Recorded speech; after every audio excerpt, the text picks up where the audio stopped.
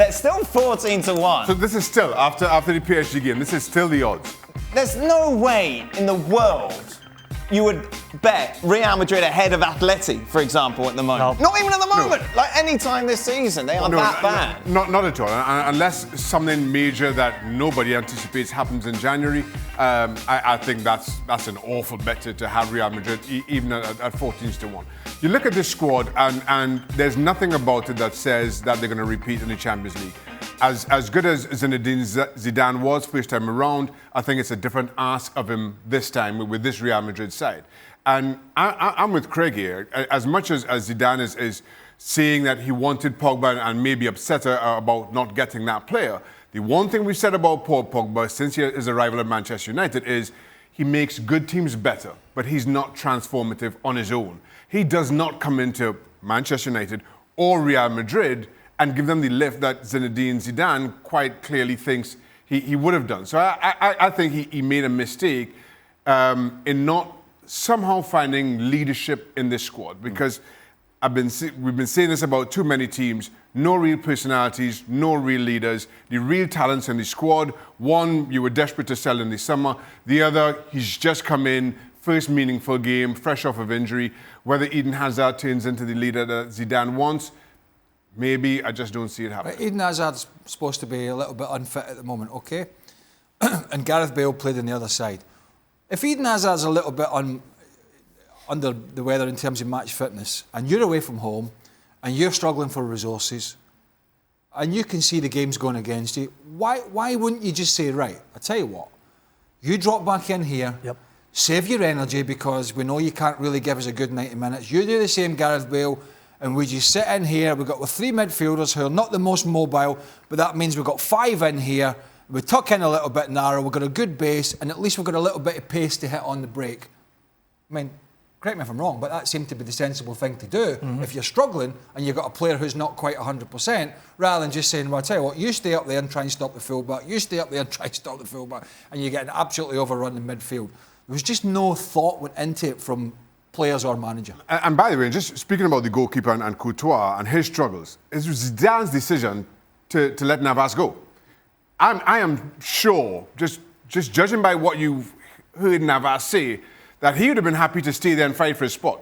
Whether it meant playing in the Champions League once or twice a month, whatever it is, and figuring out that part of his own future. But Zidane let him go. And now, all of a sudden, you're stuck with Courtois for Liga and Champions League, and he's just not, as good a keeper as he is, he's not fitting at the Bernabeu. So, Robert, here's the thing. How do you fix this? This is a team full of ego, full of success. They've won everything. So Zidane is trying to get them up again, trying to get them to bond, get them to play like they did 2 or 3 seasons ago. That seems a lot easier said than done.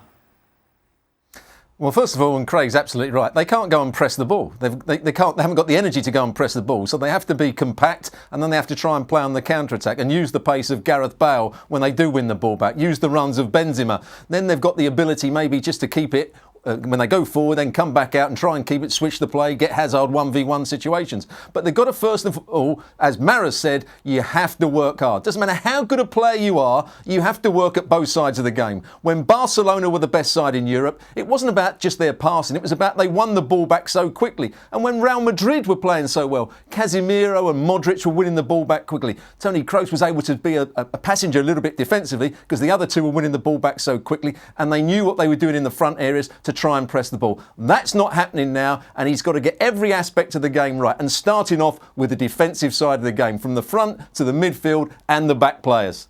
Time is running out, certainly for Zidane. Jose Mourinho. When's pantomime season? Is the favourite. The people don't know what pantomimes are. Well, I'm just wondering why Rob was growing that beard. It's like... Goodness me, shots being fired everywhere. What's happening, Rob? We're on a graphic. Tell me after. What has a beard got to do with pantomime? Anyway, well, he's just right. Anyway, 6 you to get 5. That jacket on. 6 to 5. Jose Mourinho is the favourite to replace. Oh, there we go. There we go. Does it make sense, Robbo? Mourinho to come back? That I've grown a beard, or that Mourinho's fault? Was he 6 to 5, Mourinho? Well, yeah. They weren't happy with him last time. He did a good job for a little while. He fell out with some of the players. I think the president quite likes him. But could he be good?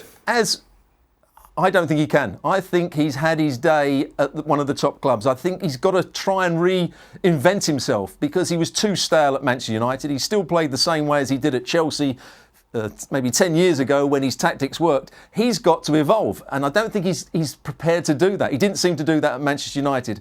He can still be a top-class manager, but he's got to make sure that he changes his way, he changes his attitude, and he changes his game plan. You can't play the same way over a long period of time. Managers like, and I'm going to use it, Arsene Wenger started to play the same way over many years, and then it was too stale, and that's happened with Mourinho. I think it would be a big mistake him going back in there.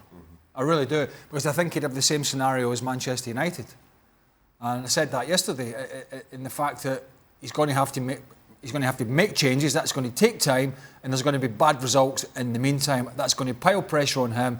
And it's the same movie that he had at Manchester United. I just think, what's the point for him? Because I honestly think he's been there, seen it, and done it. And in my opinion, he's best suited now with his experience to wait for a good international job coming up, where it's not day-to-day and all that sort of nonsense. And I just think going back in there, I agree, I don't think it would be a good move for either of them. Well, thank you very much for watching ESPN on YouTube. For more sports highlights and analysis, be sure to download the ESPN app. And for live streaming, premium content, and let's not forget as well, ESPNFC 7 days a week. Subscribe to ESPN+.